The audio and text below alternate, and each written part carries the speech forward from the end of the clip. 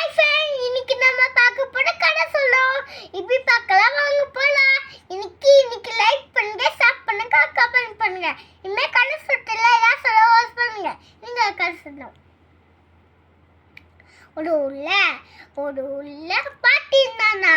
பாட்டி இருந்து தாத்தா எல்லாம் சந்தோஷமா இருக்கானா. சந்தோஷமா இருந்ததுக்கு அப்புறம் அம்மா வந்ததுக்கு அப்புறம் தூக்கி போனானா.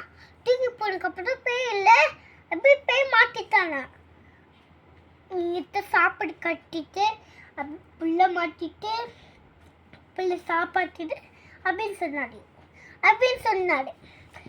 சொன்னதுக்கு அப்புறம் வந்தாரு.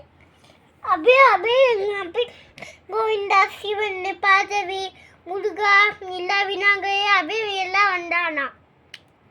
இப்போ காளி, சிவன், பாதவி, விநாயகர், முருகா, கோவிந்தா தூய் மட்டும் வந்தானா.